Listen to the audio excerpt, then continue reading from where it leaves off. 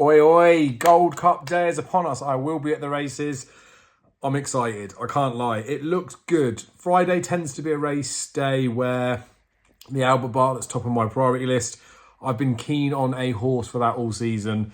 He's running. I still think he's a monster price. We'll come on to that in a moment. I'm going to talk you through my bets. I've got about 500 quid's worth of bets for the Friday.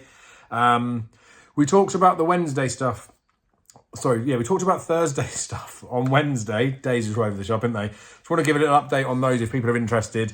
That I've got some more money going on to Mighty Potter and Shishkin in a double. Shishkin's got some sort of super boost, so I managed to speak to a couple of people and get some money on there. There's whispers going around that there may be something wrong with him and all those types of bits, but just wanted to update that I've had a few quid on Shishkin so far. I was tempted to have a lump on him. I got him in a double with Mighty Potter, so fingers crossed Potter wins and I don't have to do that. I'm umming and ahhing about his price thing. But anywho, on to the Friday bets. Triumph Hurdle, I backed Blood Destiny at 16s. Daryl put him up on his column on Betfair. So I got 12.50 on that. I'll get 212.50 back from that. That's the only bet I got on the Triumph. Then I just want to, because of Paul Townend's picked Lossiemouth, I wanted to get a few quid on her. So I have had just over a ton on her. Maybe like 108, at 2-1. So I'll be getting like 326 or 324 off the back of that. 200 from that, 300 odd quid from Lossiemouth. I got the front two in the market cover of a knife, £130 worth of a layout. So that's where I am with that. Back in shorties and favourites, I know, but is what it is. County Hurdle, I backed Sharjah. Again, I was talking to Daryl. Daryl said even if he rode it, he'd win. I've backed Sharjah at 12, so 25 quid, so 325 back from that. I do like Ballyadam in the race. I've got to be honest with you. I thought he ran a really good race at the Dublin Race Festival, and as much as that probably could have been like a target race, he was in behind Gaelic Warrior, wasn't he? He's run all right since.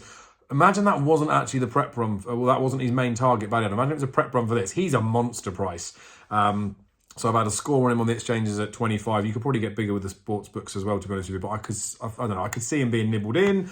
Also in the County Hurdle, like Hunter's Yarn was one that I looked at when we talked about the day 4 preview with Jamie and Darryl. Those boys tried to put me off, right? And they have to an extent. So I haven't got him. He was never really a fancy price. He's short enough now, but I might stick him in some on the day. Maltese, Albert Bartlett. Dawn Rising is the horse that I think will win the Albert Bartlett. Can't believe you can still get 25-1 about him. Managed to trade him on the exchanges. So I've got a free roll on the exchange for £102 worth of profit. And then that's only if he wins. That's not either way. And then I've got a tenner on him at 25. So I get 360 quid if Dawn Rising wins. £10 outlay on the Albert Bartlett as it stands. But I did stick some more on today. So I stuck a score on Favre de Champdou. You guys will know if you follow me that I fancied this horse for the Martin Pipe. He's off 141. I thought go there like if you fancy him. They obviously think he's got a chance in this, and that the trip's probably key to him, but I don't know. So I've had a score on him at 14 just because I thought he was being backed, so I get £300 back from that. It was more like a FOMO type bet, like I like the horse, I didn't want to be burnt on him. But in the Albert Bartlett, there's a couple of other ones, right, that I'm probably going to get on board. Search for Glory for Gigginstown. Davy Russell's riding that. Wasn't far behind the two in front of him at Clonmel the last day. I think the form behind Goodland reads quite well, and I do think that the better ground this time will sort him out because it's really testing the last day. So I think he's a big, big price.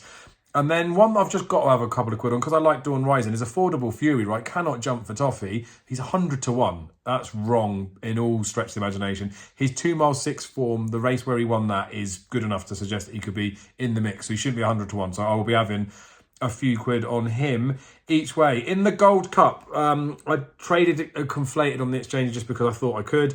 £24 I can get from him for no liability. Pointless to say it, but it's on there. This is all my bets, right?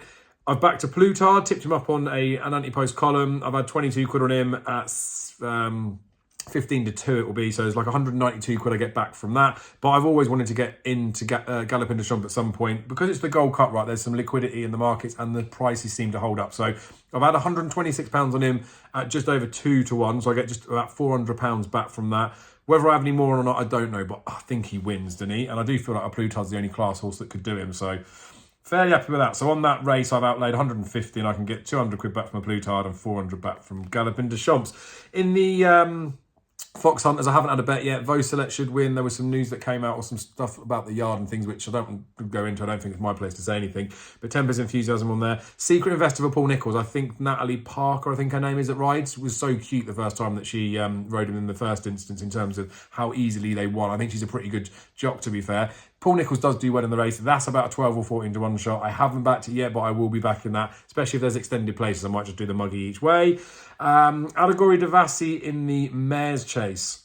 I've had a few quid on her, right? I know her jumping's pish, but I thought I wanted to get her in some. So I've backed her at 7 to 4, 13 to 8, and she's drifting out now. Like, she is like a 2 to 1 poke.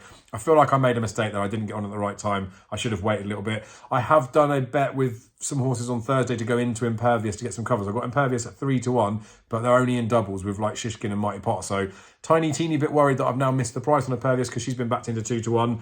But I do think in that race, right, Zambella is the one that I'm more interested in. So I've had a bet for the sake of betting. So on Allegory Devassi, I didn't say that I had 130, right? Probably sounds like quite a lot considering the grand scheme of everything else, doesn't it? Probably a little bit stupid. I could take some of that out. Maybe I'm a little bit too deep. I do think she's good though. Zambella, right? For Nigel Twiston-Davis, Daryl Jacob, they said it wasn't the plan last year. She ran so well in the race. And then this year they said they have trained her for it. Last run at Huntingdon, you can ignore that, right? She was favourite to go and beat Jeremy's Flame. That's the true value of where she is. But they weren't prepping her for that. They were prepping her for Cheltenham. I think she's got a monster chance at big prices. And Allegory Devassi and Impervious are both novices going in. Like, they could potentially be susceptible. They might not be, but I think she's a massive prize. No extended places, which is a concern, but I've got to mention Zambella. And then going into the Martin Pipe, I haven't actually had a bet on anything yet. It looks real hard, doesn't it? Like, imagine it's good. Spanish Harlem looks obvious. I think Might Eye's got the best form in the race behind Constitution Hill, John Bond and 3 Stripe Life. I will be back in Might Eye. He's about a 10 or 11 to 1 poke. I don't know what I'll have, score or 30 quid on him, I think. And then I will back Firm Footings as well, but then imagine for the same connections that interested one, I just like Shane Fitzgerald, right? So I'll be backing Firm Footings as well in the Martin Pipe, but really competitive race. Anything can go and win that. Staked about 500 quid for the Friday. That's my bets as we go. Again, I really appreciate all your guys' support. Liking the video, commenting below with what you fancy. Make sure you subscribe to the channel, and I will do a roundup of my profit and loss for the week at the end of the week. Be lucky.